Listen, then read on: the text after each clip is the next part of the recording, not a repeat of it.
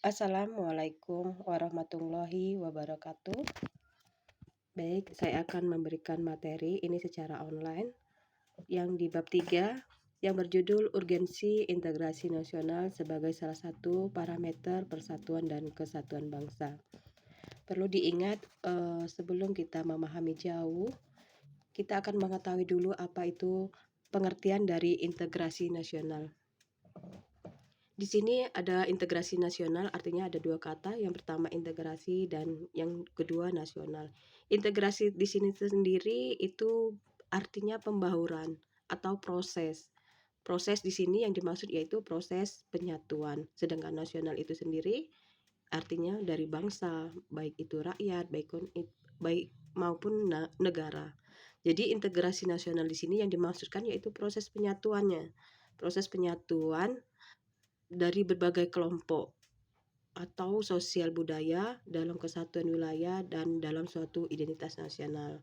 Jadi kita mempunyai identitas tersendiri sebagai ciri khas untuk memudahkan ciri khas dan memudahkan mengenal negara kita dengan satu dengan yang lainnya.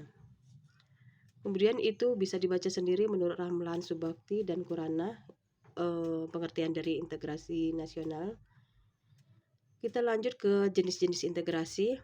Di sini ada 5 jenis integrasi: integrasi bangsa dan integrasi wilayah, integrasi nilai, integrasi elit massa, integrasi tingkah laku integratif yang akan dikupas satu persatu di bab selanjutnya. Yang pertama kita akan membahas itu integrasi bangsa. Yang kita tahu, integrasi bangsa ini menunjuk pada proses penyatuan berbagai kelompok budaya dan sosial dalam satu kesatuan wilayah dan dalam suatu pembentukan identitas nasional. Kenapa hal ini dilakukan? Karena ini adalah proses penyatuan karena bangsa Indonesia itu banyaknya perbedaan, baik dari suku, ras, golongan, sehingga dibutuhkan proses penyatuan untuk berbagai kelompok budaya untuk kesatuan wilayah itu sendiri. Kemudian kita akan mengenal kembali jenis yang kedua yaitu integrasi wilayah. Di sini integrasi wilayah dia lebih menunjuk pada masalah pembentukan wewenang kekuasaan nasional, itu baik di pusat maupun yang lebih kecil. Maksudnya di sini yaitu adanya integrasi wilayah dalam menyatukan wilayah negara. Jadi pembentukan wewenang kekuasaan ini dijadikan pembentukan wewenangannya dari atas daerah maupun ke bawah. Jadi diberikan wewenang supaya terjadinya penyatuan wilayah negara. Lanjut yang ketiga yaitu ada integrasi elit massa. Elit massa ini menunjuk pada masalah penghubungan antara pemerintah dengan yang diperintah. Siapa yang pemerintah? Maksudnya di sini pemimpin. Yang diperintah yaitu rakyat. Rakyat seluruh, kalau kita di lingkungan rakyat Indonesia berarti di lingkungan rakyat Indonesia. Jadi pemimpin mendekatkan dengan rakyat supaya dia bisa memberikan aspirasinya dan bisa diterima kebijakan-kebijakan itu oleh masyarakat itu sendiri. Yang keempat yaitu integrasi nilai, di mana integrasi nilai ini pada konsensus terhadap nilai yang minimum yang diperlukan dalam memelihara tertib nasional. Jadi di sana terlihat nilai, kita mempunyai nilai-nilai Pancasila itu ada 5, yang diantaranya percaya dan takwa kepada Tuhan Yang Maha Esa, menghormati sesama, menjaga kesatuan, menempatkan hak, dan berlaku adil dalam mendapatkan hak dan kewajiban itu sendiri. Nah, di sana kemudian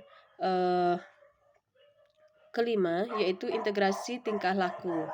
Di sana kita lihat banyak pemuda dan baik perempuan maupun laki-laki dalam satu kelompok kelihatan dia lagi bekerja. Nah, di situ contoh integrasi tingkah laku di mana keduanya saling memahami sifat satu sama lain. Jadi mereka memaklumi demi mencapai tujuan bersama. Andaikan si A ini lebih ke arah lebih sensitif. Jadi satunya itu dia akan bagaimana caranya biar temannya tidak terlalu sensitif. Jadi dia saling memahami sifat satu sama lainnya. Kemudian kita akan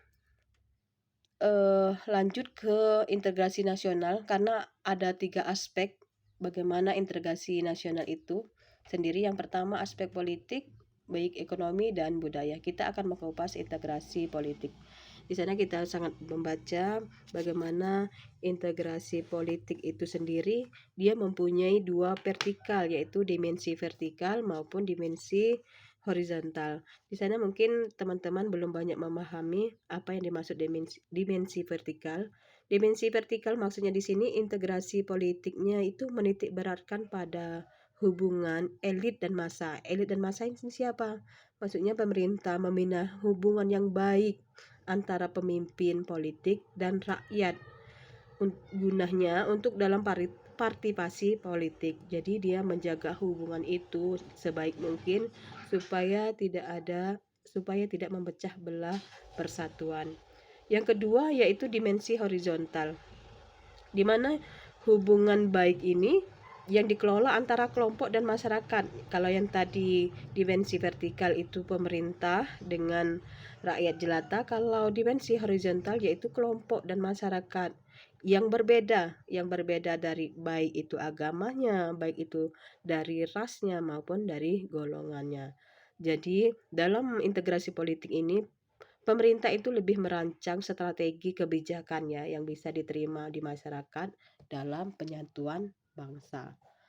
Lanjut kita ke integrasi ekonomi. Di sana kita baca integrasi ekonomi adalah penghapusan atau pencabutan hambatan-hambatan antar daerah yang memungkinkan ketidaklancaran hubungan antar keduanya.